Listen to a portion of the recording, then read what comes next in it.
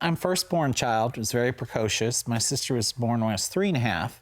And looking around the world, and based on the world that I knew at the time, I'm a baby boomer, so all of my uncles had been through the Second World War, and there are the war pictures, and all my father was in the Korean conflict. So the world of men was kind of scary and unknown and not too secure. I didn't have much information. My father was pretty quiet and did not know his own father, nor did my mother. They were children of a divorced home, which was very rare back in the baby boomer days. And so I didn't have much information and felt insecure about what that was going to be. There were a lot of strong women in my life and very few men that were present in my extended family. It seemed women were the ones that made the decisions, got things done, told the men how to spend the money. So I didn't see much advantage in being male. Also, since I was the highly emotional, artistic, aesthetic kid, I didn't fit in very well with what was expected of the little boys. My mother was a can-do person, and she really kind of anticipated I'd have difficulties and tried to scare it out of me in a way. Don't do that. Stop doing that. Don't be so dramatic. Just face up. Just do it. That was confusing to me, and also put doubts in my mind as well. And this insecurity and the confusion related to where did I fit in the world of men and little boys, not very well.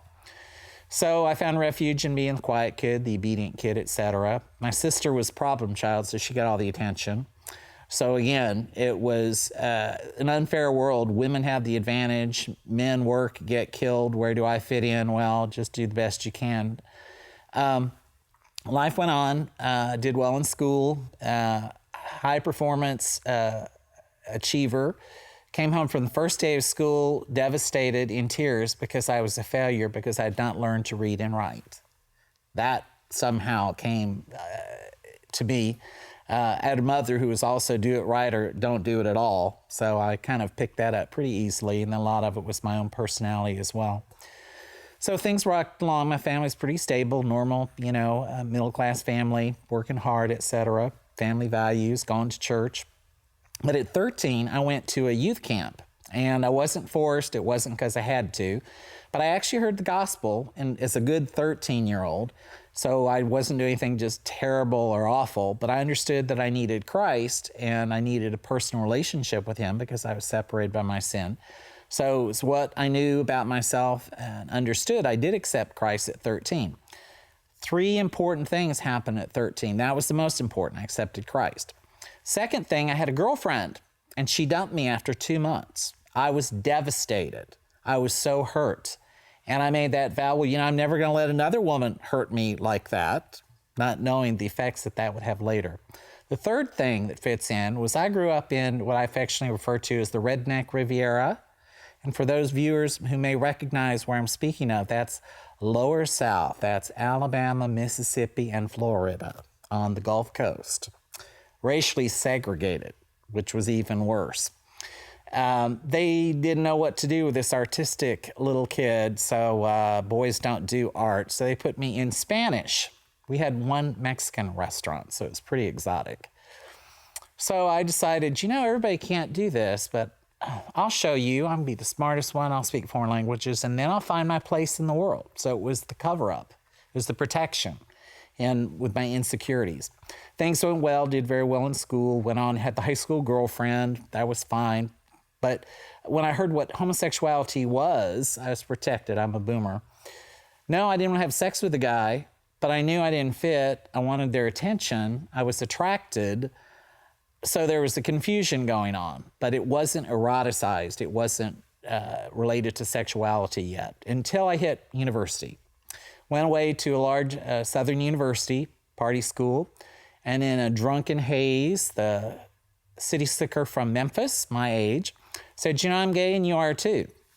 Well, altered states of consciousness, that was my first sexual experiment.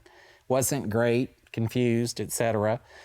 And so it really made me explore, am I gay? All these years people have been saying because I didn't fit their stereotype. I wasn't masculine enough. I didn't act or things that were expected of other guys. So even though I was a good church kid, I went to church, I didn't know much about the Bible. So I started looking. And I actually found on my own the Leviticus verses, which are not common, pleasure reading for teenagers or anyone. But the Holy Spirit was at work. And this was in the 70s. I actually read Pro-Gay Theology. It was already out. And I tried to understand what was going on, make a deal with God, because I've eventually bought into the lie that there was no place in the heterosexual world for me as a sensitive, artistic male. But there was the homosexual world. So I tried to make a deal with God. I wasn't wild and crazy, but I want to have the boyfriend, and I'll be faithful, and this will be it. So we tried that, but God kept convicting me. This is the relationship, this will work. No, it's not working out. So being serially monogamous, God was still at work, and there was a young man who started a Christian Bible study at our campus. He and I became roommates. And observing him, I was really impressed. I finally got up the nerve to share with him what I was struggling with, and I still remember the words. It's like, well, I was wondering if you struggled with that. If. All my life, I have been branded. I have been judged by appearances, by other people's opinions of what a male should be, and found lacking. And it was very painful and hurtful. And hearing something enough, we began to believe it. He was a strong enough Christian, even though he was only 19 at the time, that he thought, well, if it were the case, but he knew I was a Christian, even though I was struggling, even though he didn't know what the struggles were at the time. And he believed in a God that could change my life. Wow. Now, I knew I was a Christian. I knew there was a big God. I could stop the behavior to a certain degree on my own, but what about the emotions and the feelings? I wasn't sure. So at 21, first college graduate in my family, got through in 3.5 years, studying Spanish, picked up French along the way, went on to graduate school, rededicated my life. God, can you really do something? And there I got involved with Campus Crusade for Christ, really grew in my faith and understanding what it was to walk in the Spirit and to walk in victory. That was new. I learned that in church somehow. Being able to share my faith with other people and see God answer prayers. And for the first time, I had male friends, and they weren't freaked out by my stuff because God was at work. And I found a Christian counselor. This is mid-70s. It was hard even then to find a Christian counselor or counselor that would be in agreement with my values, that it was wrong and that I didn't want to follow up with it. So was doing well, got my degree. So I got my master's degree. I'm the first master's degree in the family, Spanish and French. No one had done it before. Ready to win the world. Okay, got homosexuality behind me. Let's go teach and move on with life. God has interesting twists and turns. It was different. Teaching job wasn't available. Got stuck back in Redneck Riviera after being gone for years. It was pretty miserable. Finally ended up in Houston, Texas with a prayer. And the main thing was I needed to be in a place where I knew somebody. I had a college friend, one, who was there. It was international, boom years. And so I decided that I would go. International and ideas, just possibilities. Got involved in church, large church groups, having a good time. And then lo and behold, a friend of this church group, he was 10 years older than we were. He and I had to be friends, and he was in the midst of a divorce because after 7 years of marriage, he had decided he was gay. So, of course, he needed to divorce his wife and be true to himself. Well, I was totally surprised because I had been involved in the gay bar scene and that when I was in university and all. But I wasn't out looking for it. I was in church. That should be a safe place. It really surprised me. And of course, with seeing what God had done in my life, I said, well, God has changed my life. He can change yours too. Well, I was pretty naive because he really wasn't looking to change. And the emotional thing, which was always the entrance for me, got going, and lo and behold, oh my gosh, here I am in church. I'm in a sexual relationship with this married man. Oh no, what has gone on? What happened?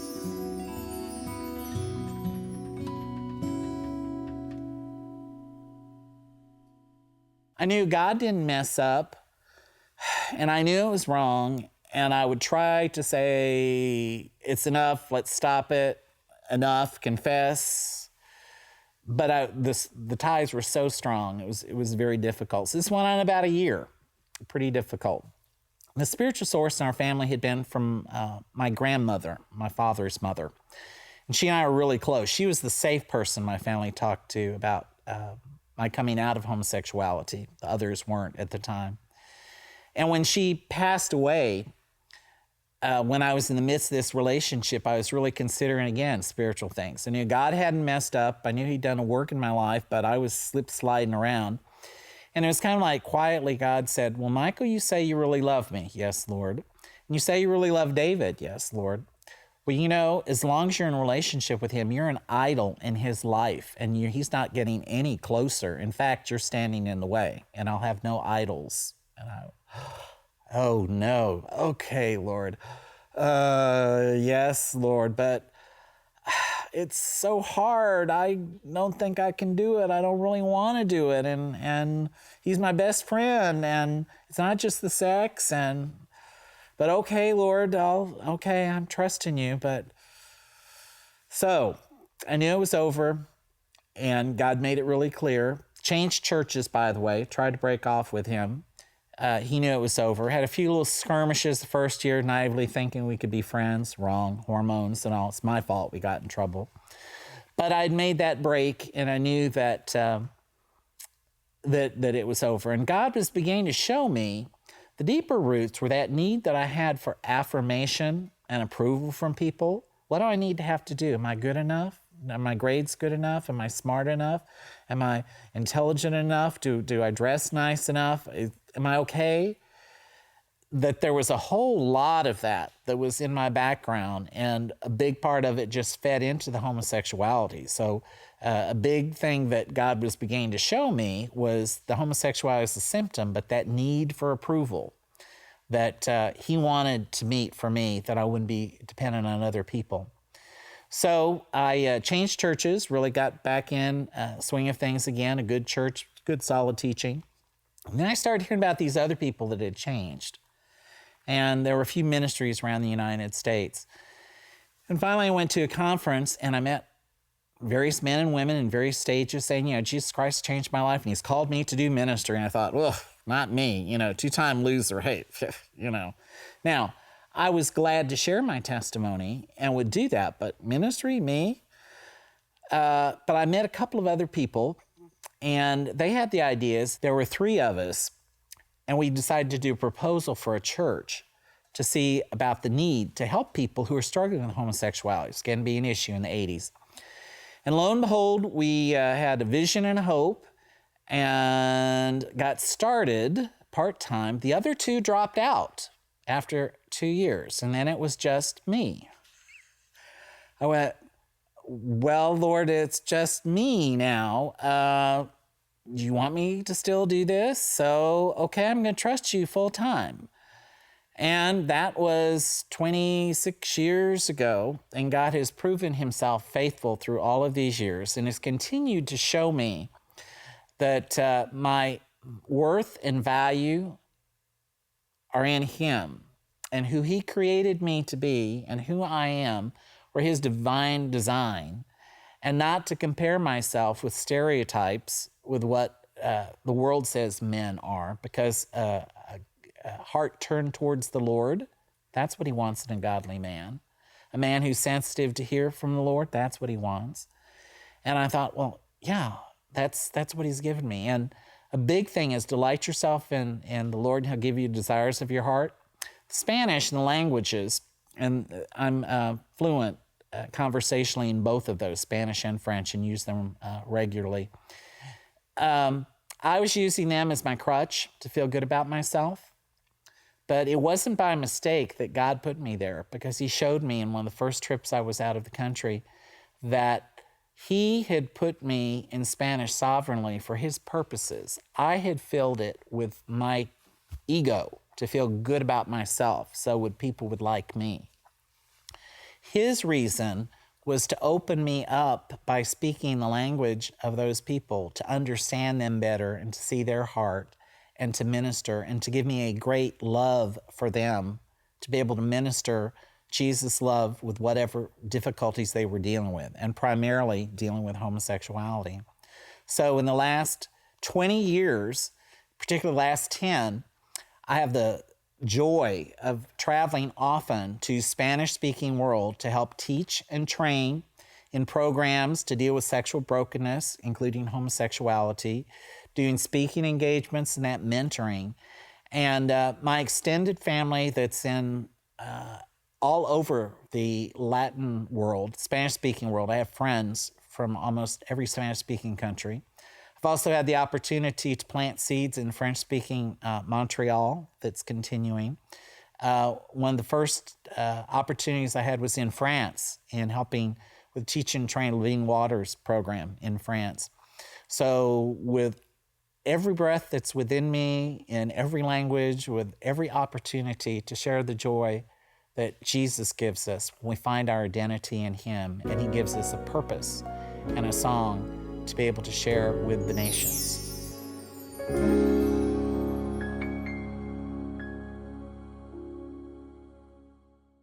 Some of the things that God has really helped me in my own journey are first and foremost focusing on Him and my relationship with Him.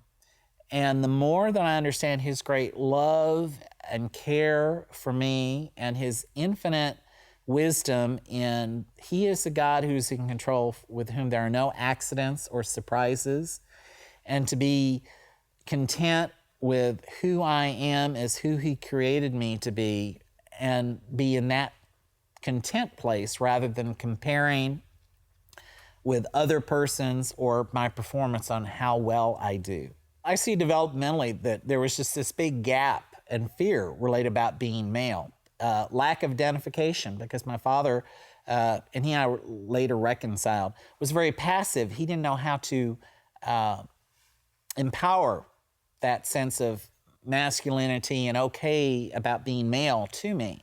So there was a gap, and because I was so insecure and my mother was trying to scare me out of it, and then add peer pressure, calling names, you add all of those circumstances together, if you keep hearing something long enough, then it came to the conclusion, oh, therefore something must be wrong, therefore they must be right, therefore I must be homosexual. So to me it was pretty clear, because of the gap, because of the weak identity as male, and those things, how Satan built his case to the point of my saying, okay, let's try this out and try to make it work when I was in university. God has taught me to listen to His voice. He is the one who knows who I am, who names me, who identifies me, rather than letting other people, their comments, identify me or put me in a box. Having a sense of my masculinity and how God has infused that is having female friends who remind me about how male I am, and that I am a typical male in how I respond, and in a good way when I am decisive and make decisions and have definite things. And for me to hear from godly sisters affirming, yes, you're male, yes, you're typical male like that, has been a way that God has reminded me, again, that I'm not so far out, that I'm not so different in the realm, and having godly feedback from women particularly has been very helpful, and also godly men helping me along the way. I'm one of the few cases that there was no molestation or anything, but a lot of it was my perceptions and experiences that were so strong that led me into that. So particularly, there are a lot of people out there who may not have had traumatic sexual experiences or, not too dysfunctional family, but and they've wondered and questioned themselves about their sexuality. So I'd particularly like to share with those of you who have felt confused because of just lack of identity, lack of role models, name calling. I'd like to challenge you, like God challenged me, not to let other people identify you, not for them to brand you, to give you a name, but to search for God to show you what your godly sexuality is. And it's more than, the hormones. It's more than attractions. It's, innately God made us male and female. And the French say, vive la différence. And it's a good thing. And to feel good about that, because I didn't feel good about being a male for a long time. Felt like it was a curse and something less than, and I didn't fit. And through my walk with the Lord, embracing who I am as a male and confidence in Him, and I would want to share that with those who may have struggled in ways that I did, with kind of the mind game or the peer pressure thing that led them perhaps into exploring homosexuality as an identity. It is a journey, and it takes a lifetime. All of us are with the Master's hand. He continues molding me, making me, and adjusting me. It's a difficult journey. It's not easy. There are a lot of things, and those painful eurekas where things have to be adjusted, where I had to let go of things, resentments, where I had to pardon. But God has been faithful, and it is worth it. What would the alternative be? I have too many friends from the 80s that aren't here with us now. Too many funerals that I went to with people whose lives were taken away from them prematurely because of AIDS and things like that. God spared me so I could be a spokesperson, and be a spokesperson to these teenagers who don't have a clue about the evil side, the difficulties of homosexuality, because that's not what's being presented in the regular media. It is worth it. It's a journey, it's a challenge, but anything in life that's difficult makes us stronger and finding our strength in the Lord. My strength in going through the difficulties, and He has proven Himself to be there and to be more than enough. Knowing Him, relationship with Him, and for eternity, and knowing that He's involved with every detail of my life, He cares, and that relationship does make it worthwhile.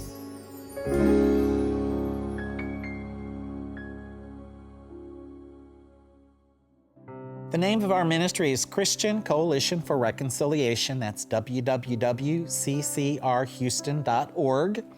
And I do speaking engagements, seminars, individual mentoring. I'm a licensed ordained pastor, although I've never pastored a church. I also do groups for support for men strugglers as well as parents. And at this stage in life, it's interesting because I get to speak to parents because I think like a parent about their gay son or daughter.